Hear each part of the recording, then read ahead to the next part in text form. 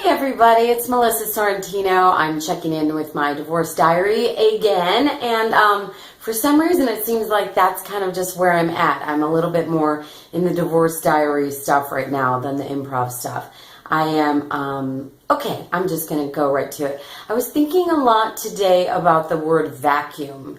There's a reason I would think of this word. It comes from my dad, and one of the phrases, my dad's very phrasey, so he would teach, he would raise the family with phrases, raised by phrase. That's cute. Anyhow, so one of the phrases that my dad would often say is, nature abhors a vacuum.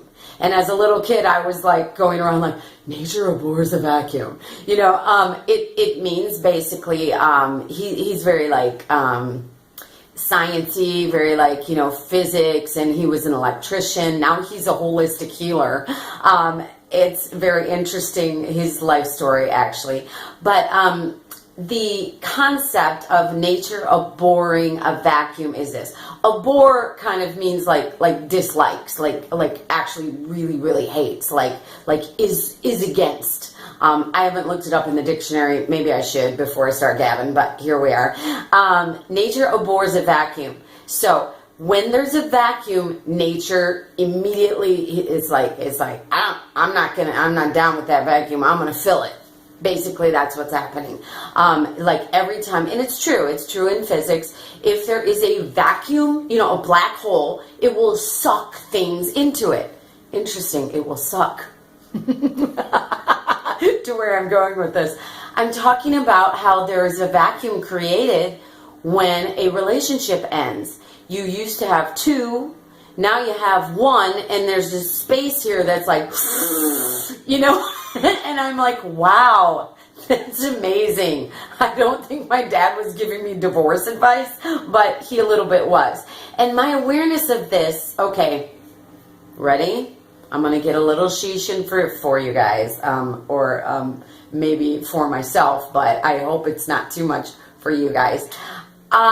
Okay, when I'm not being my authentic self, like fully, I think that what happens is, I'm thinking of life right now as like a puzzle. Like I'm trying to put together a puzzle because I want to create a sense of completion.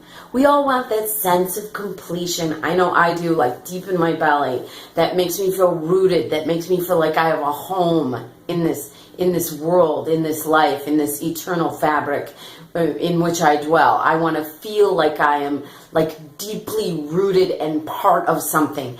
And I have never had that. That's family of origin issues.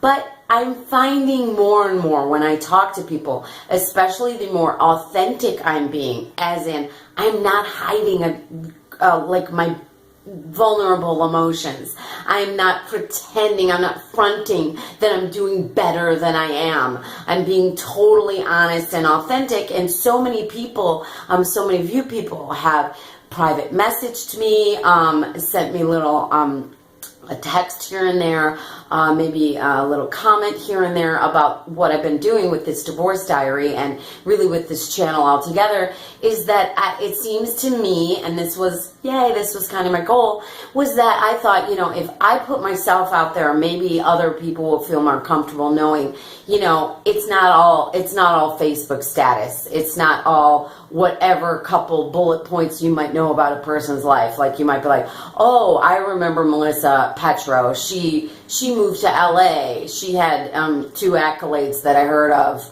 End of story. That's all you know about me.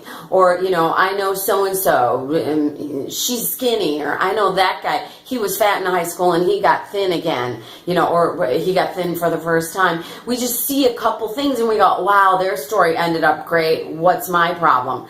But nobody knows that you have a problem. You have 4 kids, you have a husband, you live in a beautiful house, you drive a nice car. Nobody knows at the end of the day or at the beginning of the day, you look in the mirror and you go, where am I? What am I doing? So the more authentic I'm getting, the more I'm creating spaces that are authentically shaped. Thinking of my life as a puzzle that's missing pieces the pieces aren't just random holes. They're very specific to me, to my life, to what I need. And if I am more authentic, I am more real, I am more legit, even to myself, if I face myself in the mirror, and I do sigh and say, what am I doing? Who am I? Rather than just, I gotta go, I'm putting on my mascara, oh, I got shit to do. Who can I call? How many Facebook statuses can I look at today? What can I do to fill my space? I've got chores, I've got shit going on. And life is just boom, boom, boom, boom. Or maybe it's just quiet and you're like, I hate the quiet, I'm gonna fill it with, the TV, or with, whatever noise, with the radio, with the sounds, with some sort of mental chatter, because I don't want to get to that core place that's going to go, oh fuck, I am unhappy. All this is just trying to, some schmear over some unhappy bagel going on here. So, I do have a little bit more of a point that I could make, if you can bear with me. When I'm creating a space, or when the life is creating a space for me, like an emptiness, like I lost a job, I lost a friend, I'm feeling insecure, I feel fat, I feel sick, I have a cold, whatever that thing is that, you're like, what do I fill this with? Oh, I need some aspirin, I need a friend, I need a drink, I need, whatever, I need a fix, I need help. Help me, universe, help me. When I'm getting more and more authentic, I'm being so real like this. I'm being so raw. I have been for a couple of years now. Not just raw, but publicly raw. It's way different than an isolated raw. Me being publicly raw like this, it's like I'm putting it out there. And I'm not in any way saying you need to do that. It's just something authentic to me. One of the things I needed, one of the vacuums that was being created in my world, was I needed to reach out. It's not just, I don't need attention. That might be a space that needs to be filled too, but I am here because I need to reach out. I need to reach out. And so I feel satisfied after I reach out. After I make this video and I press post or whatever, I'm going to feel satisfied. It's not when I go back and I look at the likes or whatever. For me, right now, I do go back and I look, but it's just really just curiosity. I don't have like a super only 7 people viewed my thing and it's been up for 24 hours. I really don't. I get excited if I see a ton of people, then I'm like, oh, this is resonating. But if no people are clicking on it, I'm actually more pleased that I just did the thing. So the more authentic I want to get, the more I want the pieces that are filling in my life to be creating something that's real, that's robust. Okay, so just to finish this up, I had outside some lawn people, it was just getting increasingly loud. And then so I was like, okay, I'll wait until they're done. But in the meantime, I turned on my dishwasher, and then of course the air kicked on because I'm in Vegas and it's hot AF right now. And then I just brewed some coffee, so it's going. So whatever, just to round it out, I think I pretty much finished my point about that. It's just, I'm saying, a lot of times I think that I have personally, I was sort of miseducated. Kind of, this is more family origin stuff. I think it came more from my mother, the way my mother was with my dad.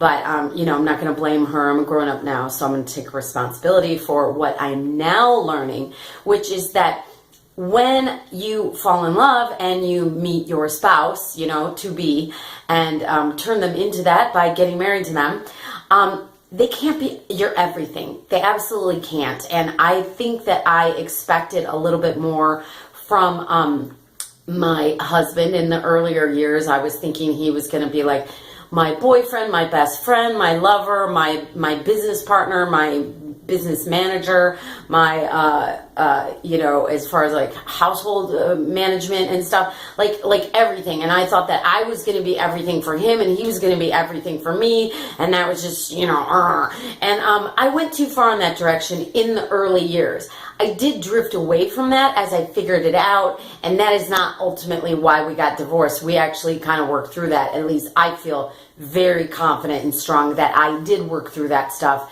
and that had nothing to do with the fact that ultimately we got divorced. That's for different reasons, because I'm the one that declared the divorce, so I know why I did it. It was specific to me. But the concept of having this sort of puzzle of life, there are different holes. Maybe you have your career hole.